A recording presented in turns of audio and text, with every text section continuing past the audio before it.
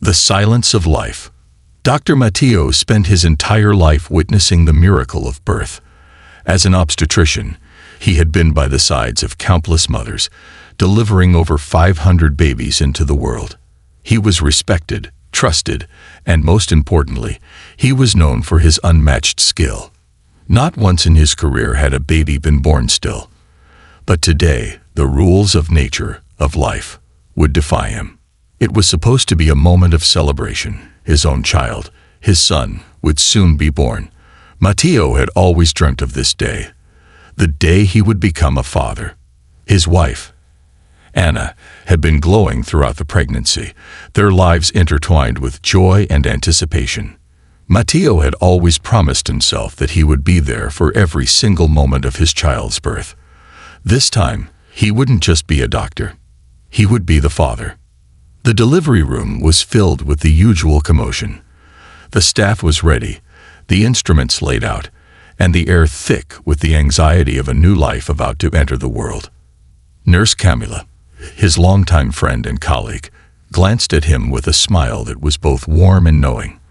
They'd worked together for years, and she could see the emotion in his eyes. Matteo adjusted his gloves and stood at Anna's side. She was holding his hand tightly, her grip conveying the depths of both her fear and love.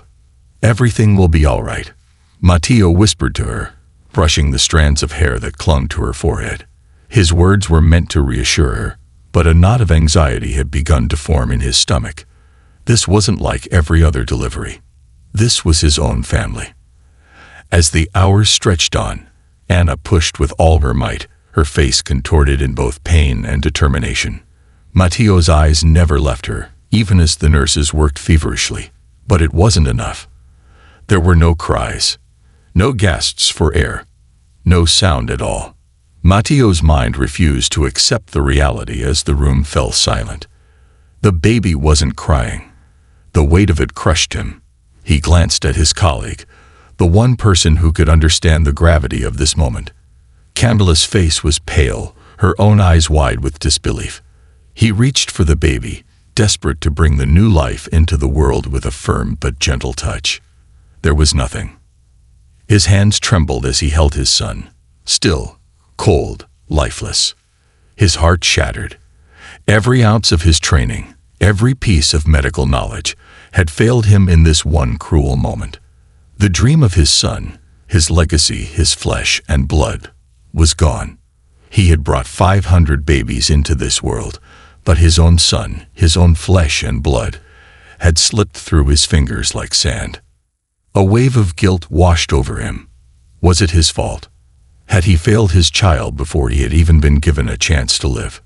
Nurse Camilla knelt beside him, placing a hand gently on his shoulder. There were no words for this kind of pain. The shock of it left him feeling numb, as if he had no strength to process what had just occurred. He hadn't expected this. No one had. He had delivered so many healthy babies that it felt like the universe owed him this one moment of joy. "You need to proceed with the protocols," Camilla said softly, her voice breaking the silence. The words were professional, distant, but in them was an unmistakable sorrow. The body must be prepared for the burial. Matteo closed his eyes. The word body echoed in his mind, like a cruel reminder that this wasn't the moment he had imagined. This wasn't the birth of a child. This was the loss of everything he had dreamed of. "No," Matteo whispered, his voice rough, barely audible. "I'll do it. He's my son." His chest tightened with an almost unbearable grief. There was a long pause as Camilla nodded, standing slowly to give him the space he needed. Matteo turned to Anna, his wife. She lay on the bed, staring at the ceiling, her face ashen, her eyes vacant. The loss of their son had drained the very life from her. She didn't cry, didn't scream. She simply stared, as if the world had been stripped of color and meaning. He walked to her side, trying to steady his breath. "Anna," he said softly, taking her hand in his. "Do you want to see him?" His voice trembled, but he needed to know. Anna didn't respond at first. Her body seemed to freeze under his touch. Slowly, she turned her face to him. and when their eyes met, her tears came. But there was no strength left to speak, no words to describe the aching emptiness she felt. She shook her head gently, her voice breaking as she whispered, "I can't. The pain is too much." Matteo kissed her forehead, his own tears falling silently as he pulled away. His heart was shattering, piece by piece. This was not the life he had imagined for them. This wasn't the future he had promised to their child. He walked toward the corner of the room where the lifeless body of his son lay. The small bundle wrapped in white cloth seemed so fragile, so delicate, yet so final. Matteo crouched down beside his son, his trembling hands brushing against the cool fabric. For a moment, everything felt frozen. The world outside the room seemed distant, unreachable. He was alone with his son, in a silence so profound that it almost seemed suffocating. "Why?"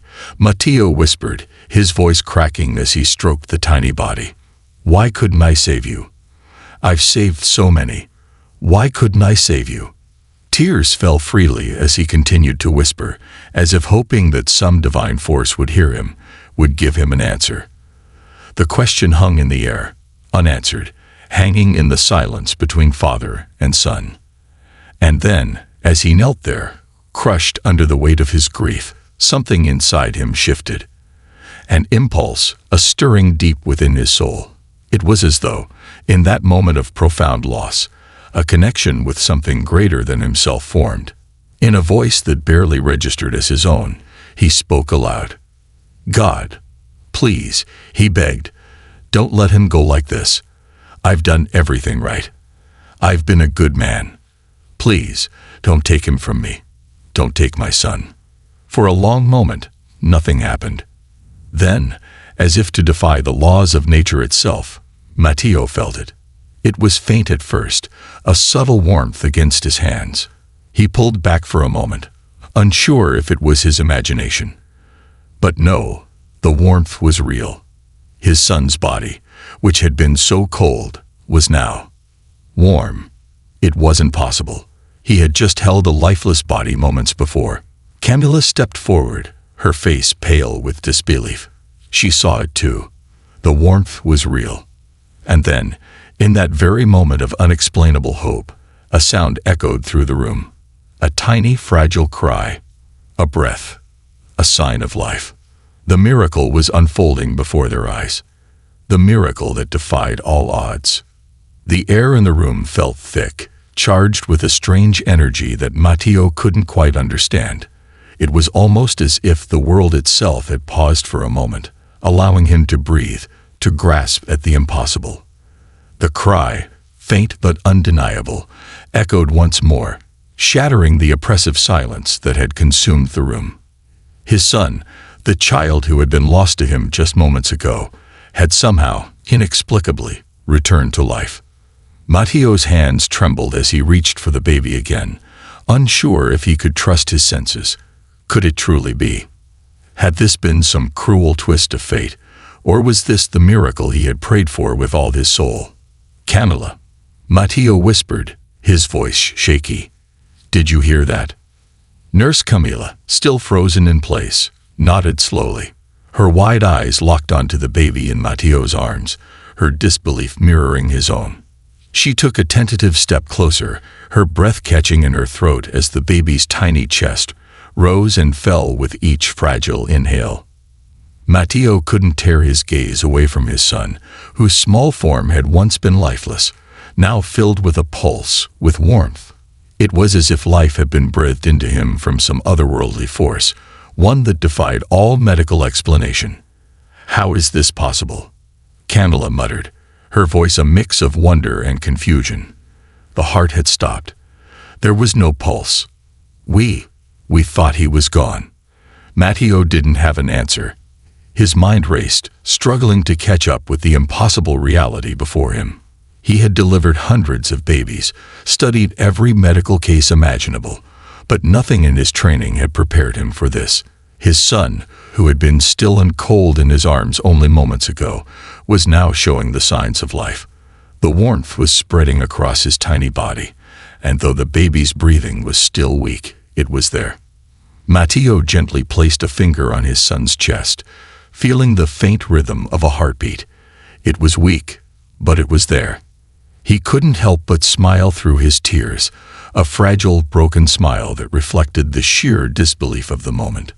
"I don't know what's happening," Matteo said softly, as though speaking to the universe itself, "but I'm not questioning it. I'll do whatever it takes to keep you safe, my son." Camila stepped closer, her voice steadying as she regained her composure. "We need to act quickly. The baby is alive, but we can't waste any time." Matteo nodded, his mind suddenly snapping back to the doctor he had always been. The protocol. The procedures. He wasn't just a father in this moment. He was a doctor. And as a doctor, he had to make sure that the miracle of life didn't slip away once more. Together, they moved swiftly, preparing the neonatal resuscitation equipment, working together in perfect synchronization. Matteo's hands were steady now, his heart still racing from the shock and awe of what had just happened, but his focus was unwavering. Camilla assisted, checking vitals, monitoring the baby's breathing, his oxygen levels. The miracle was fragile, delicate, but it was there, and Matteo would do whatever it took to preserve it. Minutes felt like hours, the room buzzing with the intensity of the task at hand. The baby's breaths began to deepen, the color returning to his cheeks, though his tiny body still trembled from the shock of the experience. But life was returning. Slowly, but surely, Matteo's son was fighting to stay in this world. "How is he?" Camilla asked, her voice laced with concern. "He's holding on," Matteo replied, his voice calm but filled with the weight of the moment. "He's holding on." Outside the delivery room, Anna lay in her bed, completely unaware of the miracle unfolding within those four walls. She was exhausted, emotionally drained from the trauma, still trapped in the haze of her grief. She didn't know what Matteo had just witnessed, what had just happened to their son. To her, the pain was still fresh, still raw, but Matteo knew that there was no time to waste. Anna needed to know that her child was alive, that there was hope again. The door to the delivery room opened gently, and Matteo, holding his son in his arms, walked toward her, his face a mixture of disbelief and joy. Candela followed close behind, her own eyes filled with wonder. "Anna," Matteo whispered, his voice barely audible as he entered the room. Anna turned her head slowly, her eyes meeting his with a vacant expression. She hadn't expected to see him so soon, and her heart broke just looking at the sorrow on his face. But Matteo didn't hesitate. He approached her slowly, gently, holding out their son. "Anna, look," Matteo said, his voice thick with emotion. "Look at our son." For a moment, Anna didn't respond.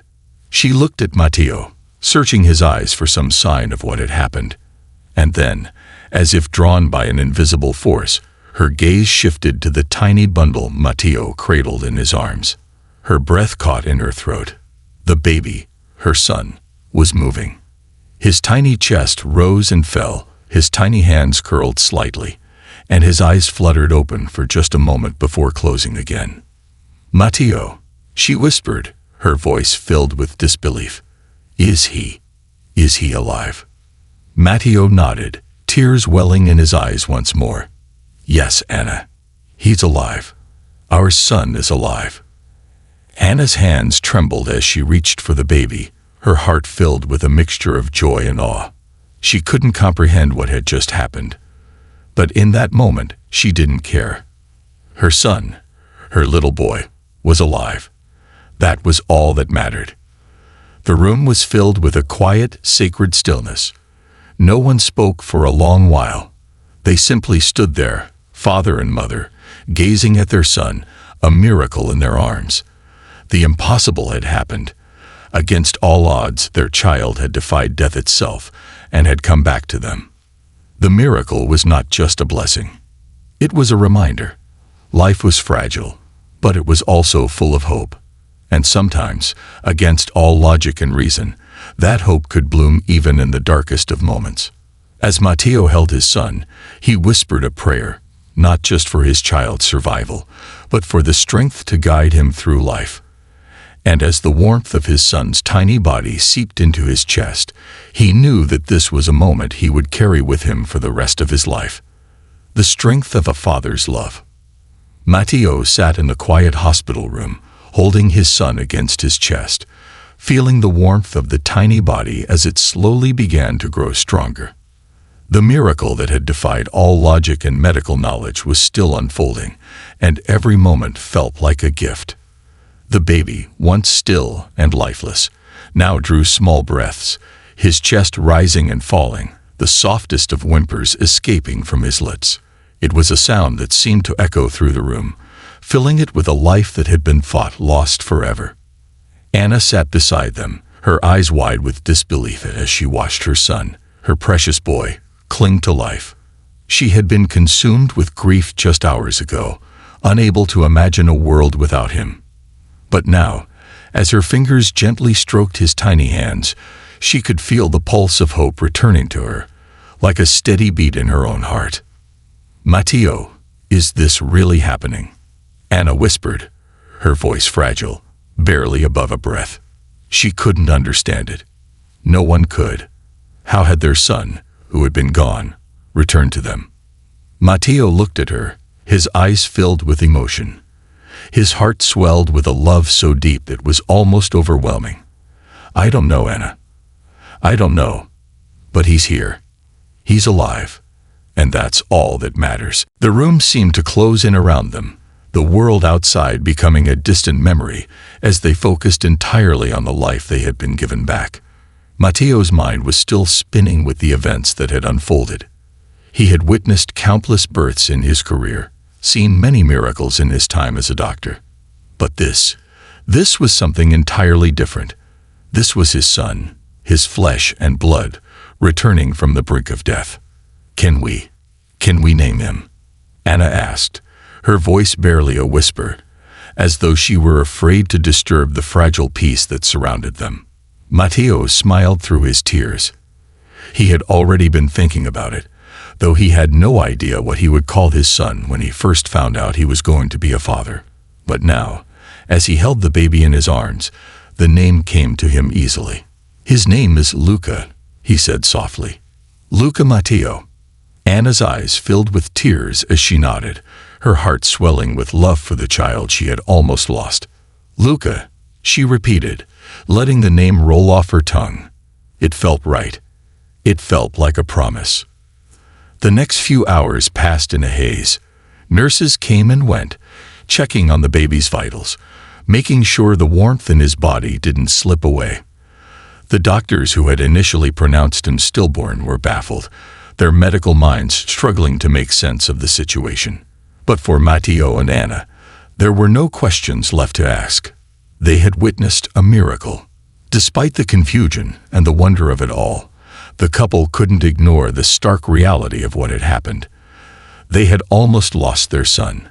They had come so close to saying goodbye, to never hearing his laugh or watching him grow. The pain of that loss still lingered in their hearts, a shadow that would forever follow them. Matteo knew he could never forget the agony of seeing his child's lifeless form in his arms. He could never forget the weight of the silence that had filled the room when the heartbeat had stopped. That was a pain he would carry for the rest of his life.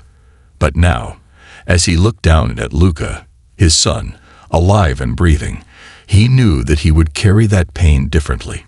It would not define him. It would only strengthen him. "I will never take this for granted," Matteo whispered to his son, pressing a kiss to his tiny forehead. "You've shown me what true strength is. I promise you, Luca, I will always fight for you. Always." Anna reached over and placed her hand on his. "We both will," she said, her voice steady now, filled with a quiet determination. "We will always fight for him, no matter what." The next morning, after a sleepless night of watching over Luca, Matteo stood by the window, gazing out at the city. His mind was a whirlwind of thoughts and emotions, but through it all, one thing was clear. This miracle, this second chance at life, had changed him. It had changed their entire family. He had always been driven by a passion for his work, for bringing new life into the world. But now, as he stood there, he realized that nothing in his career, nothing in his life, would ever matter as much as this moment. Anna walked up beside him, her eyes filled with a quiet understanding. She had seen it in him, the way his heart had shifted, the way his soul had been touched by something beyond this world. "Matteo, what do we do now?" she asked, her voice gentle but filled with a certain weight. He turned to her, a smile playing at the corner of his lips. "We live. We enjoy every moment. We savor every cry, every laugh, every milestone. We take nothing for granted. Because this," he said, looking down at Luca, who was now nestled in his arms, "is the greatest gift we could have ever received." For the first time in what felt like forever, Matteo felt a deep sense of peace.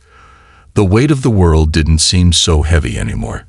He had witnessed something extraordinary, something that could never be explained by science or medicine.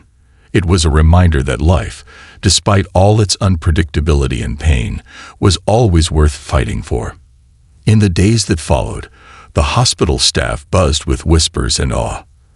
The miraculous story of baby Luca's return to life spread like wildfire, and soon, doctors from across the country were reaching out to Dr. Matteo for an explanation.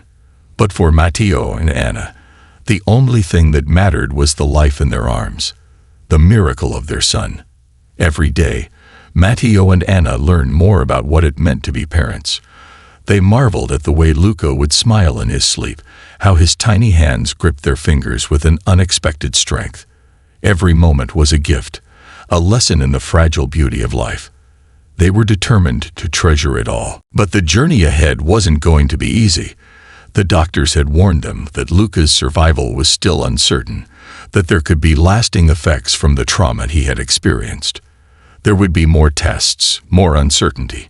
But Matteo and Anna didn't let that fear rule them. They held each other, they held their son, and they held on to hope. They knew, deep down, that no matter what came next, they were stronger than they had ever been before. The miracle had come not only in the form of Luca's return, but in the transformation it sparked within them. A new beginning. As the weeks passed, Matteo and Anna's life with Luca slowly began to settle into a new rhythm. The initial shock of his return to life had given way to the quiet peace of a family rediscovering the simple joy of everyday moments. But beneath that tranquility was an undercurrent of uncertainty. No one could predict what the future held for Luca. The doctors were cautious, their warnings still fresh in the couple's minds. But with each passing day, with each new sign of life, of vitality, Matteo and Anna grew more confident that their son was meant to be here. Luca's progress was slow, but it was steady. His tiny hands, once too weak to hold on, now grasped his parents' fingers with an undeniable strength. His breath, once faint, now filled his chest with regularity. The sound of his cries, each one an echo of the miracle that had brought him back, filled their home. Matteo and Anna cherished each moment, each sound, as if it were a precious gift that could never be taken for granted again. They had learned, through the depths of their grief and their joy, that life was not something to be controlled or understood. It was a force all its own, mysterious and unpredictable, yet capable of miracles when least expected. Their son's return had taught them that the world, despite its flaws, could still hold moments of grace and wonder. One afternoon, Matteo stood at the window of their home, watching the sun dip below the horizon. The sky was painted with hues of orange and purple, the last rays of the day stretching out like a promise. Anna joined him, and together they watched the sunset, holding each other close as they had so many times before. "You know," Matteo said quietly, his voice filled with a reflection he hadn't felt before, "I used to think I understood everything. Medicine, life, birth. I thought I had it all figured out." Anna turned to him, her eyes soft and knowing. "And now?" "Now," he said, his voice thick with emotion, "I realize that the things we think we can control, The things we think we can predict are often the things that surprise us the most. Luca, he reminded me of that. He reminded me that life doesn't follow any rules. It's a gift, fragile and fleeting, and it's not something we can ever take for granted. Anna nodded, her eyes filled with the same realization. He's taught us to appreciate the moments, even the small ones, the ones we use to overlook. The wind rustled the leaves of the trees outside, carrying with it the promise of new beginnings. They stood there for a long time, holding each other, watching as the world around them shifted and changed. And in that moment, they knew that their journey, though still uncertain, was filled with an undeniable strength. As Luca grew, so did their understanding of what it meant to be a family. Every milestone he reached, his first word, his first steps, was celebrated as a victory, a triumph of love and hope. But it wasn't just the milestones that mattered anymore. It was the everyday moments, the way his small hand fit perfectly in theirs, the sound of his laughter filling the house, the quiet moments before sleep when they all cuddled together. They had come to realize that the most precious moments weren't the grand ones. They were the ones woven into the fabric of daily life, those moments that slipped by unnoticed until they were gone. One evening, as Luca lay in his crib, peacefully sleeping, Matteo stood over him, his heart full of love and gratitude. He thought back to the day when he had held his son's lifeless body in his arms, when the world had seemed to shatter into 1,000 pieces. He thought about the miracle that had brought Luca back to them, against all odds. In that moment, Matteo understood something that had eluded him for most of his life. The greatest miracle wasn't just the return of his son. It was the realization that life itself was a miracle. Every breath, every heartbeat, every laugh, and every tear, all of it was a gift, a fleeting, precious gift. As he watched his son sleep, Matteo made a vow, not just to Luca, but to himself, to Anna, and to the world, to never take a single moment for granted, to cherish the people he loved, to fight for what mattered, and to always believe in the possibility of miracles. And so, with Luca's life as a constant reminder, the family moved forward, stronger, wiser, and forever changed. In the end, the miracle that had saved Luca was not just a supernatural event. It was a testament to the resilience of the human spirit, the power of love, and the unshakable hope that no matter how dark the night, there is always the possibility of a new dawn. It was a story of life, of faith, of family. And as Matteo held his son in his arms once more, he knew that the greatest gift he could ever give him was the promise to always fight for him, to always believe in the miracles, no matter how impossible they seemed. For in the end, miracles are not just events that defy logic. They are the moments when we choose to believe, when we choose to love, and when we choose to live. And so their journey continued, a journey filled with hope, with strength, and with the knowledge that no matter what came next, they were ready. Together, they would face whatever life had to offer, with their hearts full and their spirits unbreakable. This concludes the story. Thank you for watching until the end. I hope you found it enjoyable. If you did, please consider liking the video and sharing it with your friends. Don't forget to subscribe to our channel and activate the notification bell for more captivating stories. Have a great day.